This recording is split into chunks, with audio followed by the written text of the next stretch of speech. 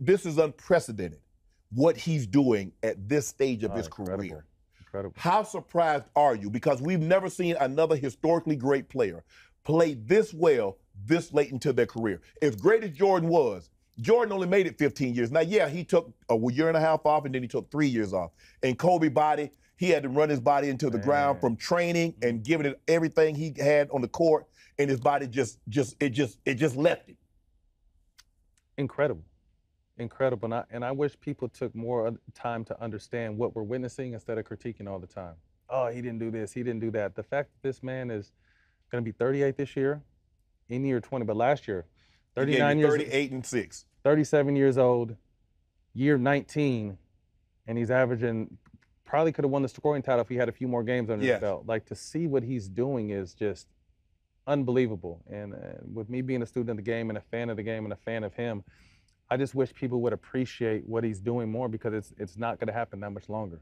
And I think too often we're so caught up in disrespecting or being negative towards people instead of appreciating greatness. And that goes across the board for Steph and a lot of these people that are out here displaying greatness on a daily basis, and people still find a way to say negative things about them.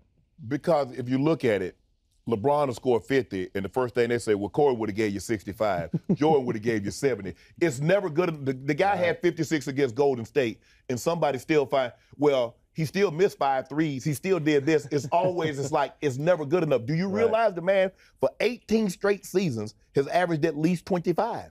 He's been in his prime since he got here. We've never seen someone step in the game, you know, at 18 years old, and here we are. He'll be 38 in December, and you've seen nothing but him getting better and him being great the entire time, which is unbelievable.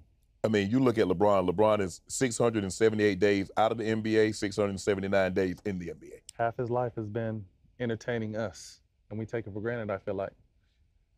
But you did question LeBron's leadership, because you said you think he should be tougher on his teammates because Kobe or Jordan would have not allowed the team to slip like he allowed it. Do you think he's too, what is it, because you were around Kobe, and we've heard the stories about Mike. Mike was firing on teammates. That's not who LeBron is. No. It was me too, and after I said it, I'm like, damn, why did I say that? Not from a standpoint that I might be wrong, but I don't really know. You know what I mean? So to me, it seems like he's just such a cool, everyone leads different. Right. And there's no rule book on how to lead.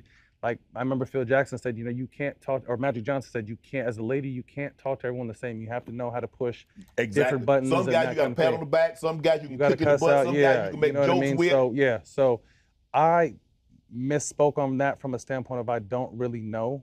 Again, I was guessing like everyone seems to always do, but it just seems like from the outside looking in that they were okay with the shit they were putting out there. Right. You know, and that wasn't okay from a standpoint of just being a Laker fan, being a LeBron fan. Like, you would think, like, I wish LeBron would get on these guys' ass, but who's to say he didn't get on their ass in the locker room or in practice? So that was a situation where I misspoke. But again, I think what makes LeBron great is he does things his way. There's no rhyme or reason on leadership or ways to do it and way not to do it.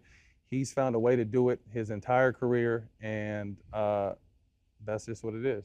He says his goal now is to play with a son. I'm assuming Bronny. He got 2 coming down the pipeline. Yeah, he got 2 coming down the pipeline.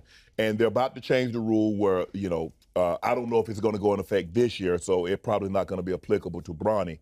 But he wants to play with one of his sons, or who knows, maybe even both of his sons. Do you wish you could have played with your sons? If they were older, yeah. You know, but I mean, who wouldn't want to? You know what I mean? And if anyone should be allotted, or, you know, allowed to do that, why not him? You know, why not change the rules and allow that to try to happen? I think, again, for his body of work and what he's been able to give us as fans, the way he's carried himself on and off the court his entire career, like, why not allow that to happen? Do you wish you'd have, because to have that happen, like Griffey Jr. got this opportunity to play with his dad, so clearly you're going to have kids at a fairly young age. Do you wish, how much of your career did your kids witness? They were young, but they got, so my kids were born in 2008, And they obviously, so they started kind of getting it when I came to the Lakers. So when they were 3, from 3 years old till I retired when they were 9. So about 5 or 6 years of being in the locker room with Kobe and Powell, being in the locker room with Chris and Blake, being in the locker room with KD, Steph, Clay.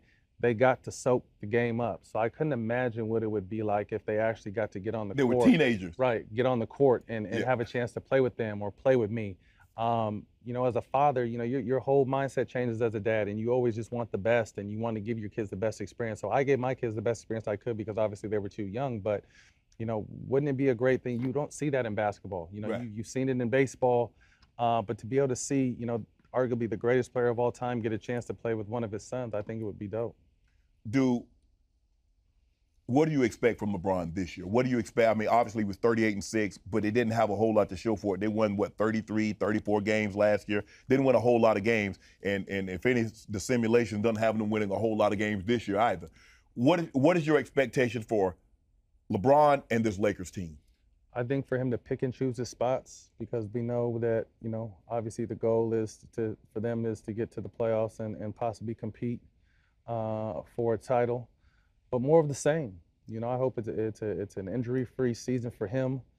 I hope that, you know, AD is able to bounce back and have a special season that we know he's capable of, stay away from the nagging injuries. You know, I hope that Russ comes out and is able to contribute. Because I feel like, you know, with Kobe rode the ship until it sank. And, you know, he could have jumped ship and went somewhere else and possibly won a 6th title because that's all that was on his mind, is being able to sit at the table with Jordan. Kobe ran the ship until it sank. You know, I hope that LeBron doesn't have to go out that way. I hope that, you know, they're still competitive and there's a chance for them to win. And on paper, they have the personnel. Do they have the best roster? No. You know, does it need some tinkering? Yes. But what they have now is Anthony Davis, LeBron James, and Russell Westbrook, and then, you know, some nice pieces. So how do you get that to perform at the maximum level while allowing LeBron to kind of pick and choose his spots? Because again, he'll be 38 this year, man, and it's what he's doing is incredible, but he is obviously older, so you just have to be careful with that. You know what to do. Hit the subscribe button and become an official member of Club Shay Shay, where we do something before 2 something.